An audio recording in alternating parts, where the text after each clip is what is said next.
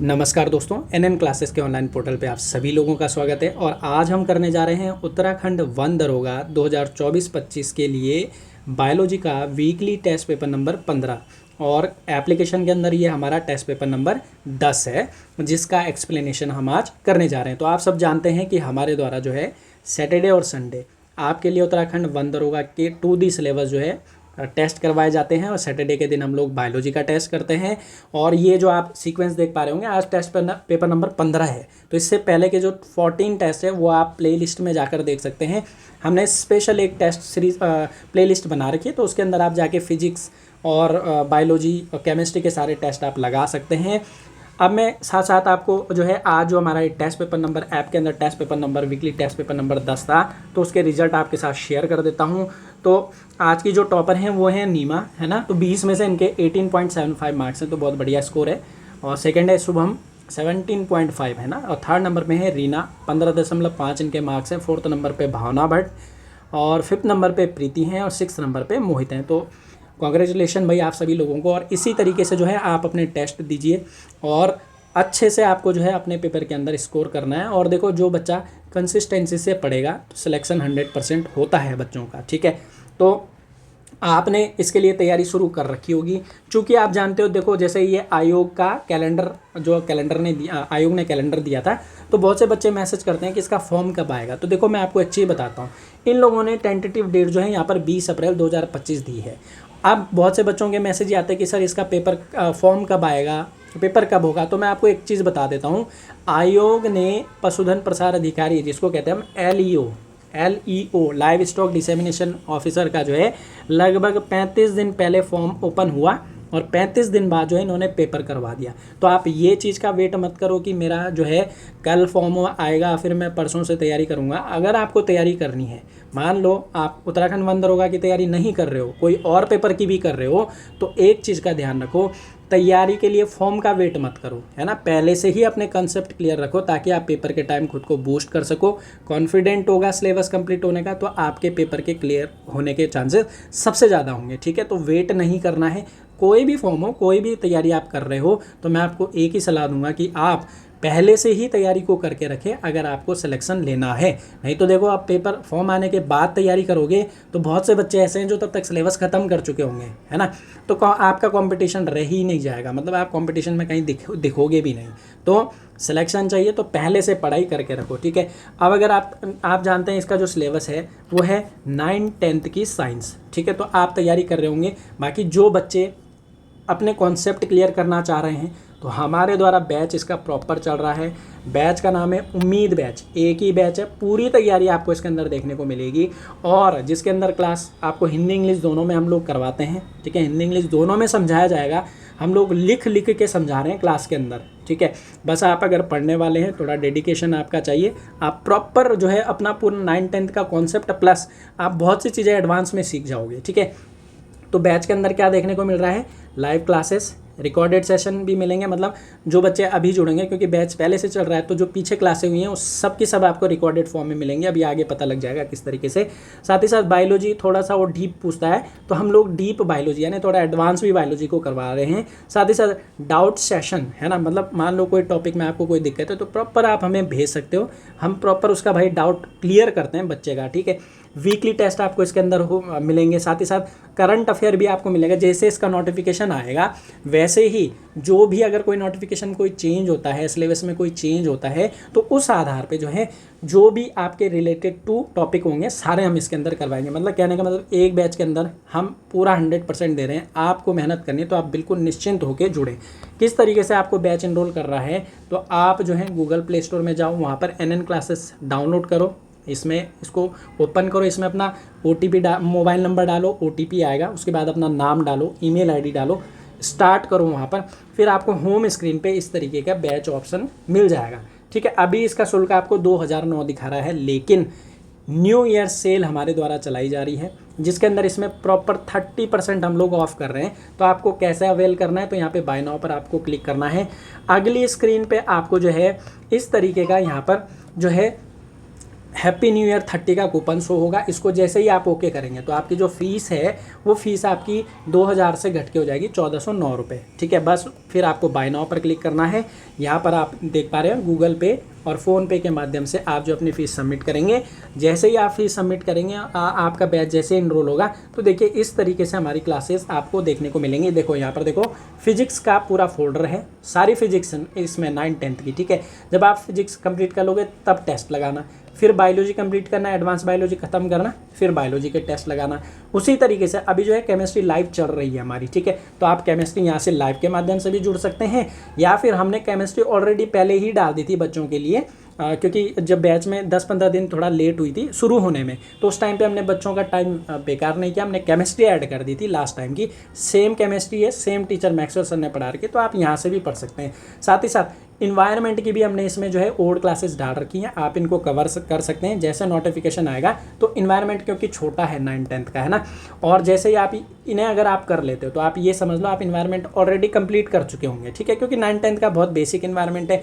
Notification के according to हम इसमें चीज़ें जो हैं ऐड करेंगे। बाकी इसमें करंट से रिलेटेड जैसे ये देखिए फॉरेस्ट रिपोर्ट है जो अभी हाल में ही आई है, तो हमने इसमें डाली है। साथ ही साथ प्रीवियस ईयर के इसमें पेपर डले हुए हैं, यानी 2021 में जो हुए थे, फिर 23 में जो हुआ, स्केलर का पेपर विद आंसर की। ठीक है, तो कहने का मतलब अगर आप पढ़ना चाह रहे हो, है ना, सीरियसली पढ़ना चाह रहे हो, तो बिल्कुल जुड़ो आप हमारे साथ। आपको 101% में आपको इस चीज़ की जो है आप निश्चिंत होकर जुड़ सकते हैं कि आपको सब चीज़ें मिल जाएंगी बैच के अंदर। बस आप अगर आप पढ़ने के इच्छुक हैं तो आपको निराशा नहीं मिलेगी। ठीक है, तो ये हमारा पूरा प्रोसीजर है जो मैंने आपको बता दिया। अब क्वेश्चन पेपर को शुरू कर लेते हैं। तो पहला क्वेश्चन आपकी स्क्रीन पर ये रहा। पहला क्वेश्चन है मंटॉक्स टेस्ट किस रोग के पहचान के लिए किया जाता है? तो Mantoux test is done to identify which disease. Option आपके सामने है। तो देखो भाई, मंटॉक्स टेस्ट जो है ना वो टीबी, जिसको तपेदिक या क्षय रोग कहते हैं, इसके आइडेंटिफिकेशन के लिए किया जाता है। ठीक है, साथ ही साथ आपको ध्यान रखना है टाइफाइड जो होता है उसके लिए होता है भाई विडाल टेस्ट। ठीक है, बहुत बार ये क्वेश्चन पूछता है। एड्स के लिए कौन सा टेस्ट होता है? तो इसके लिए एलिसा टेस्ट होता है भाई, है ना, एलिसा टेस्ट, या फिर एक और होता है PCR। ठीक है, और एक और होता है वेस्टर्न ब्लॉट टेस्ट। ठीक है, तो ये 3 टेस्ट आपके किसके लिए होते हैं? ये आपके एड्स के लिए होते हैं, और यही 3 मेनली पूछता है। ठीक है, तो इस मंटॉक्स टेस्ट पूछा गया था, तो इसका राइट आंसर होगा ट्यूबरक्लोसिस। अगला question, question number 2। Question number 2 है, निम्नलिखित में से किसमें गुणसूत्र की संख्या 45 हो जाती है? क्वेश्चन है, in which of the following the number of chromosome become 45। अब देखो, आप जानते हो हमारे पास जो क्रोमोसोम होते हैं वो होते हैं 23 पेयर। ठीक है, जिनमें से 22 पेयर तो होते हैं सोमेटिक, जिनको कहते हैं दैहिक गुणसूत्र, और जो 23rd जो पेयर होता है वो कैसा होता है? वो होता है भाई आपका लैंगिक गुणसूत्र, जिसको हम लोग क्या कहते हैं? जिसको हम लोग सेक्स क्रोमोसोम कहते हैं। ठीक है, तो देखो मेनली क्या होता है, जो 23rd पेयर वाला जो है, जब इसमें एक एक्स कम हो जाए, है ना, और खासकर इस क्वेश्चन का जो आंसर है वो है टर्नर सिंड्रोम। अब देखिए टर्नर सिंड्रोम में क्या होता है, जो 23वां जोड़ा है उसमें एक एक्स गायब हो जाता है भाई, है ना, तो एक एक्स गायब हो जाने का मतलब है कि ये 46 से क्या हो जाते हैं? 45 हो जाते हैं। और यही यहाँ पर पूछा गया था कि किस में जो है 45 हो जाते हैं, तो टर्नर सिंड्रोम के अंदर हो जाते हैं। ठीक है, तो ये ध्यान रखना आपको। बाकी डाउन सिंड्रोम में भी बढ़ जाएगा, इसमें 47 हो जाता है। पटाव सिंड्रोम में भी 47 हो जाता है। एक लाइनफेल्टर सिंड्रोम होता है उसमें भी 47 हो जाता है। ठीक है, कम सिर्फ किस में होगा? तो टर्नर सिंड्रोम में होगा। ठीक है, और टर्नर सिंड्रोम किसके अंदर होती है? फीमेल्स के अंदर होता है। और मैं आपको बता दूं ये सब चीज़ें हमने क्लास के अंदर कंप्लीट करवा दी है भाई बच्चों को। ठीक है, तो जो बच्चा जुड़ना चाहता है बिल्कुल जुड़ो, नई नई चीज़ें आपको सारी सीखने को मिलेंगी। ठीक है, मतलब कोई भी चीज़ ऐसी नहीं है कि बस आपके स्क्रीन पे लगा दी और रटा दी, है ना, ऐसा बिल्कुल नहीं, समझा के आपको बताया गया। ठीक है, अगला क्वेश्चन, ब्रायोफिल्म की पत्ती पर विकसित होने वाली जड़ें क्या कहलाती है? What are the roots that develop on the leaf of a bryophyllum? तो आप ब्रायोफिल्म के जो लीफ होती है, ब्रायोफिल्म की लीफ कुछ इस तरीके से आपको देखने को मिलेगी। इसकी लीफ पे जो है ना रूट्स निकल आती हैं भाई, जिनसे आप नया प्लांट बना सकते हो। ठीक है, जिनसे आप क्या कर सकते हो? नया प्लांट बना सकते हो। ठीक है, ऐसी नई रूट्स इसमें निकल के आती है, और इन रूट्स को क्या कहते हैं? इन रूट को कहते हैं अपस्थानिक जड़ें, एडवेंटिशियस रूट, या फिर इनको कहते हैं कूट फॉल्स रूट। ठीक है, फॉल्स रूट इनको कहा जाता है। ठीक है, अब आपको कमेंट में बताना है कि इन सब में से कौन सी रियल रूट है, मतलब कौन सी सत्य जड़ें हैं, सत्य जड़ आपको बताना है कि ट्रू रूट कौन सी है, ट्रू रूट। ठीक है, थोड़ा सा इसको मैं मोटा करूँ, 1 मिनट रुकिए। तो कमेंट में सब बच्चे बताएंगे कि कौन सी किस रूट को जो है ट्रू रूट कहते हैं, किसको जो है ट्रू रूट। ठीक है, सत्य जड़ किसको कहते हैं, और इनमें से ही आंसर है। ठीक है, तो हालांकि इस क्वेश्चन का जो आंसर हो जाएगा वो क्या हो जाएगा, एडवेंटिशियस रूट। बट आपको कमेंट में क्या बताना है कि इन सब में से कौन सी ट्रू रूट है, मतलब कि कौन सा ट्रू रूट का एग्जाम्पल है। अगला क्वेश्चन है पीट कोयला किससे बनता है ना, किससे है ये, है ना। तो आपको बताना है कि जो पीट कोल है वो किससे बनता है ना।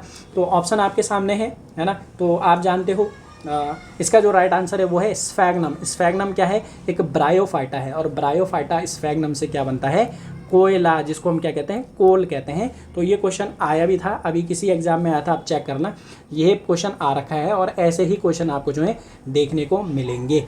अगला क्वेश्चन आपकी स्क्रीन पर ये रहा। क्वेश्चन है ग्राम पॉजिटिव बैक्टीरिया की कोशिका भित्ति में कौन सा अम्ल पाया जाता है, which acid is present in the cell wall of gram positive bacteria. तो देखो भाई, आप जानते हो कि हमारे पास बैक्टीरिया 2 प्रकार के होते हैं, एक तो होते हैं ग्राम पॉजिटिव और एक होते हैं ग्राम नेगेटिव। तो ग्राम पॉजिटिव बैक्टीरिया जो है ना, उसकी सेल वॉल में टिकोइक एसिड होता है। याद रखना आपको, जो ग्राम पॉजिटिव जो बैक्टीरिया है उसकी सेल वॉल में आपको कौन सा एसिड देखने को मिलेगा, तो टिकोइक एसिड देखने को मिलता है। जबकि जो ग्राम नेगेटिव होता है उसकी सेल वॉल में आपको ये नहीं देखने को मिलेगा। ठीक है, साथ ही साथ आपको ध्यान देना कि ग्राम पॉजिटिव बैक्टीरिया जो है ना, ये टिकोइक एसिड इनकी सेल वॉल में होता है, इसीलिए ये एंटीबायोटिक के प्रति क्या होते हैं, संवेदनशील। मतलब कहने का मतलब होता है एंटीबायोटिक इन पे काम करती है, बाकी ग्राम नेगेटिव पे उतना ज़्यादा काम नहीं करती। ठीक है, तो ये क्वेश्चन आता है कई बार। ठीक है, अगला क्वेश्चन आपकी स्क्रीन पर ये रहा। क्वेश्चन है पौधे किस खनिज को जल के माध्यम से अवशोषित करते हैं। तो क्वेश्चन है which minerals is absorbed by plant through water. तो आपके सामने ऑप्शंस हैं।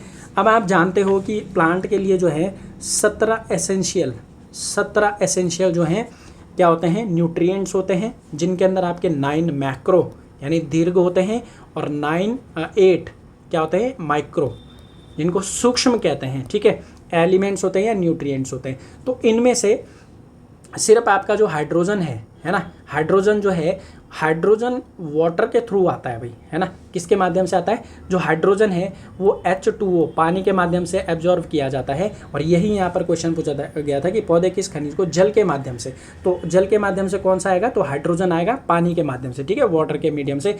बाकी जो कार्बन और जो ऑक्सीजन है ये बाय एयर आते हैं, है ना, एटमॉस्फेयर से इसको एब्जॉर्ब करता है प्लांट। बाकी जितने हैं, है ना, बाकी जितने हैं का इन द सेंस कि 14 जो बाकी 14 हैं, वो 14 के 14 जो हैं वो सॉइल यानी मिट्टी के द्वारा जो है एब्जॉर्ब किए जाते हैं। ठीक है, तो ये भी पढ़ लेना भाई, प्लांट के जो 17 एसेंशियल न्यूट्रिएंट्स हैं उनको जरूर पढ़ लेना। वहाँ से पिछले बार भी क्वेश्चन आया था, इस बार भी बनेगा, है ना। जो बच्चे मतलब सेल्फ स्टडी कर रहे हैं तो उनके लिए बोल रहा हूँ, बाकी हमने तो करवाया ही है ये।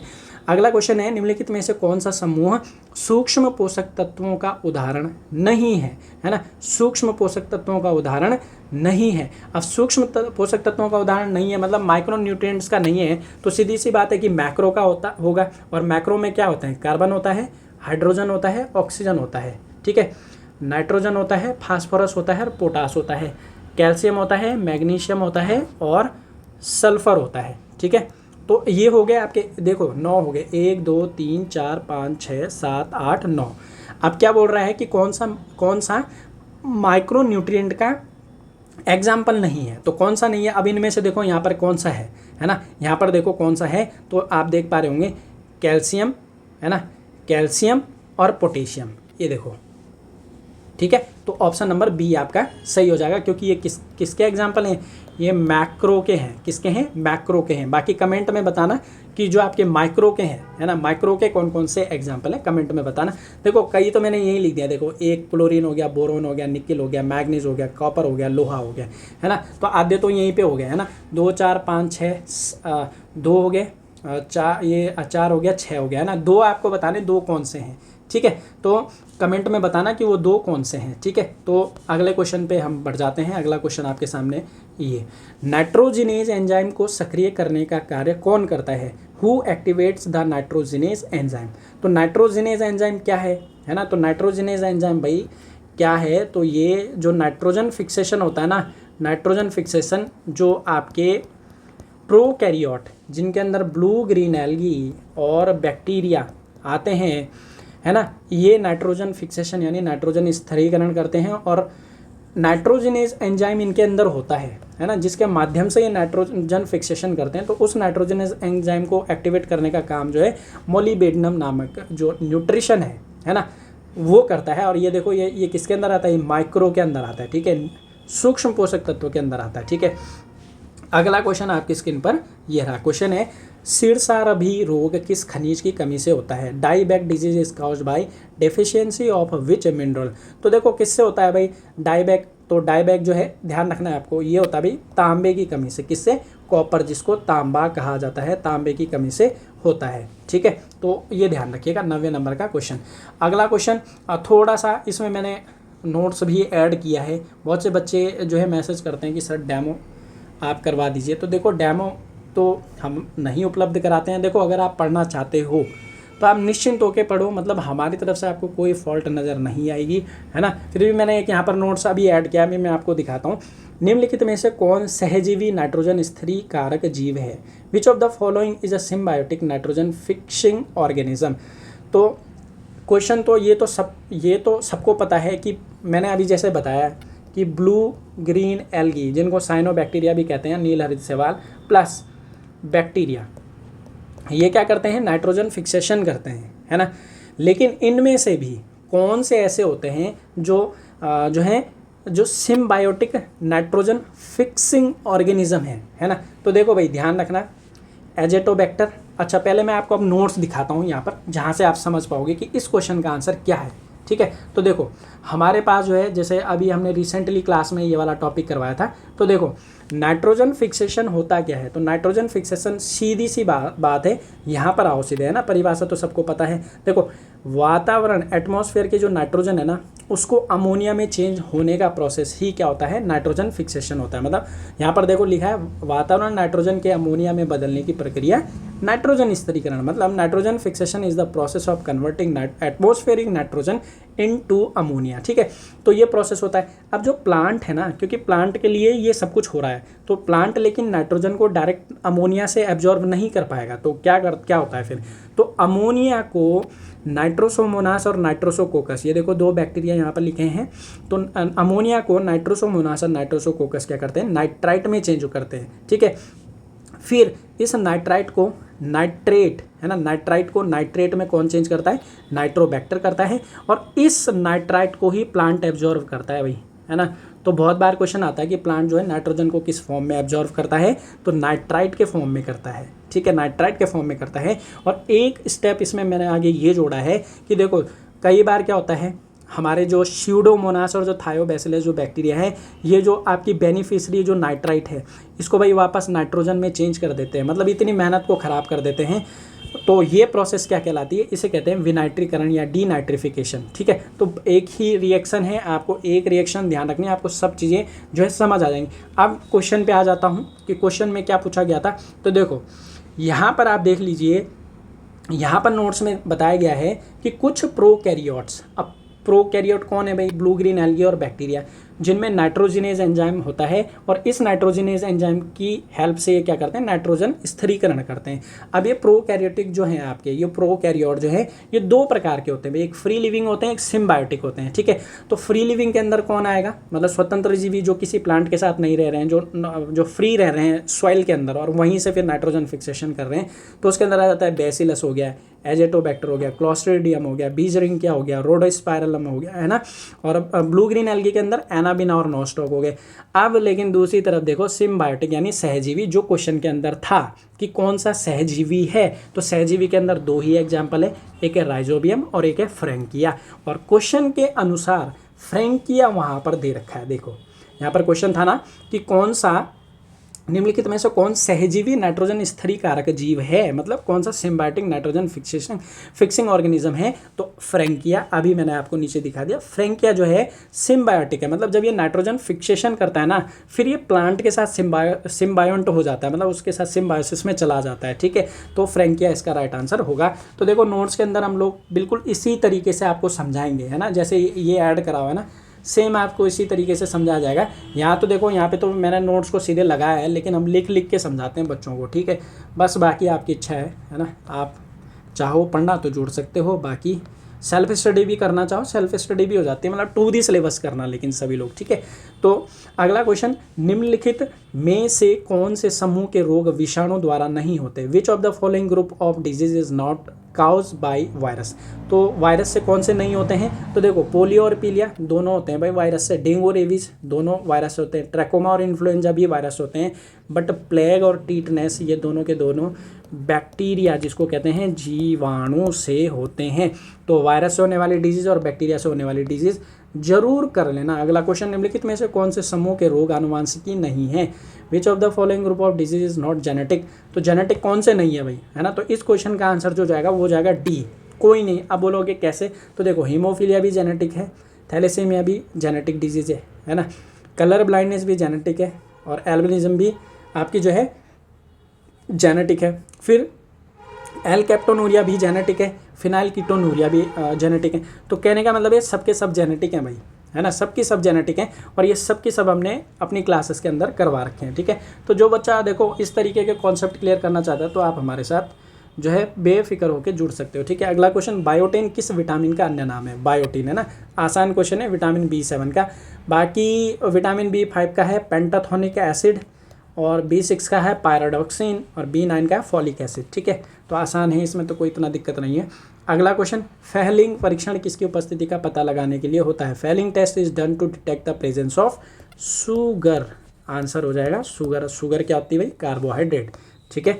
अगला क्वेश्चन, वायु द्वारा परागण क्या कहलाता है? What is the pollination by wind called? तो वायु के द्वारा क्या होता है? तो देखो एंटमोफिली होती है बाय इंसेक्ट, ठीक है, मतलब कीटों के द्वारा जो पॉलिनेशन है उसको कहते हैं एंटेमोफिली।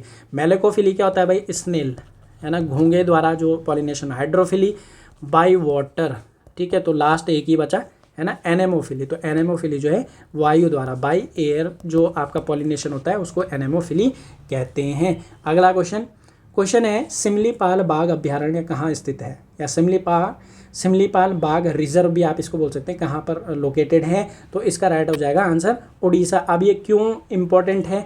देखो भाई यहाँ पे इस तरीके का टाइगर होता है, ठीक है, काली पट्टी वाला, है ना, ब्लैक, उसमें अंदर ब्लैक क्या होती है?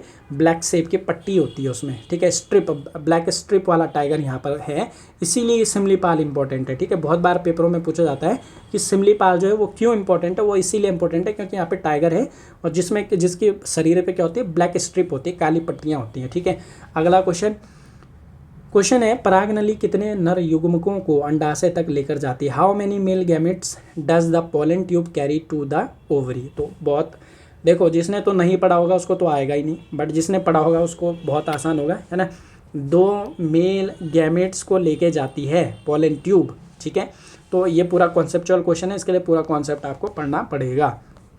अगला क्वेश्चन, मस्तिष्क की सबसे बाहरी परत क्या कहलाती है? What is the outermost layer of the brain cord? है ना, तो आप जानते हो ब्रेन की जो सबसे बाहर की जो लेयर होती है वो होती है ड्यूरामेटर, और सेकेंड नंबर पे होती है एरेक्नाइड, और सबसे अंदर होती है पायामेटर। तो क्या पूछा है?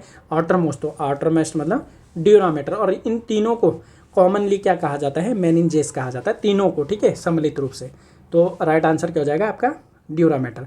अगला क्वेश्चन है, कैबर का अंग किस संघ से संबंधित है? Keber organ belongs to which phylum? तो कैबर का जो अंग है वो एक्सक्रीशन से संबंधित है भाई, है ना। एक्सक्रीशन मतलब एज ए किडनी फंक्शन करता है ये, ठीक है। और किस में करता है? तो किडनी के जैसे काम करता है ये मोलस्का के अंदर, ठीक है। मोलस्का मतलब स्नेल, ठीक है। और आज का लास्ट क्वेश्चन है, लुप्त प्राय जीव अमूर तेंदुए का प्राकृतिक आवास कौन सा देश है? Which country is the natural habitat of the endangered species Amur leopard? तो देखो भाई, एक तो स्नो लेपर्ड होता है और एक होता है एमूर लेपर्ड। अब आपको क्या करना है, गूगल पे सर्च करना है एमूर लेपर्ड, ठीक है, और उसकी चित्र देख लेना है। और उसका जो नेचुरल हैबिटेट होता है वो होता है रूस, जिसको हम कहते हैं रसिया, एंड नॉर्थ चाइना, ठीक है। तो ये दो जगह हैं जहाँ पे ये एमूर लेपर्ड होता है। अब आपको नेट पे सर्च करना है एमूर लेपर्ड और फिर इसके बारे में थोड़ा सा पढ़ लेना। और मैं कोशिश करूँगा कि आपको जब तक पेपर नहीं होता है तब तक इसी तरीके से आपको जो है सारे क्वेश्चन जो हैं आपको यहाँ पर हमारे चैनल में देखने को मिलेंगे। और आगे कोशिश की जाएगी कि एक ही पेपर के अंदर आपको फिजिक्स, केमिस्ट्री और बायोलॉजी के अंदर EVS प्लस एग्रीकल्चर दोनों चीज़ें मैं खुद ही करवाऊँगा आपको टेस्ट, ठीक है, ताकि एक ही टेस्ट के अंदर सब चीज़ें आपको उपलब्ध हो जाएंगी, ठीक है। तो जो भी आगे प्रोग्राम रहेगा वो मैं आपको बता दूंगा। बस आपको क्या करना है, मतलब जो बच्चे हमारे साथ अगर जुड़ रहे हैं तो आप पहले थ्योरी पढ़ लो, है ना, क्योंकि आप थ्योरी पढ़ोगे तो आपको जो हम क्वेश्चन सेट करेंगे तो आप आराम से रिलेट कर पाओगे ना, क्योंकि थ्योरी नहीं पढ़ोगे, केवल टेस्ट के भरोसे बैठोगे तो टेस्ट से नहीं हो रहा है। आप एक चीज़ समझ लो, जो बच्चे टेस्ट वाली स्ट्रेटेजी पे जा रहे हैं ना कि मतलब मैं टेस्ट करूँगा 2000, 3000, 5000 क्वेश्चन और पेपर क्लियर होगा, तो नहीं होगा, ठीक है। आप पेपर का पैटर्न देख लो, यूके SSC का क्या चल रहा है, ठीक है। पूरा स्टेटमेंट वाइज जो है पेपर आपका बनाया जा रहा है। थ्योरी आपके कॉन्सेप्ट आपके क्लियर होंगे, पेपर 100% क्लियर होगा। थ्योरी क्लियर नहीं होगी, हो सकता है आप 10-15 नंबर ले आओ, ठीक है, बट सिलेक्शन के लिए जो नंबर चाहिए वो आपके कॉन्सेप्ट, आपके बेसिक्स, आपके जो आपने कितनी थ्योरी पढ़ी है उस पर डिपेंड करता है, ठीक है। क्योंकि बहुत से क्वेश्चन जो है स्टेटमेंट वाले आ रहे हैं और वो स्टेटमेंट तभी क्लियर होंगे जब थ्योरी आपको पता होगी, ठीक है। बाकी सेल्फ स्टडी करना चाहो तो बिल्कुल कर सकते हो।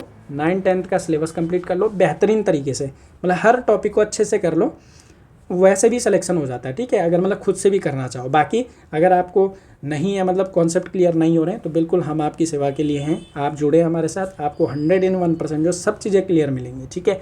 तो चलिए आज के लिए इसको यहीं पे ख़त्म करते हैं। जय हिंद, जय उत्तराखंड।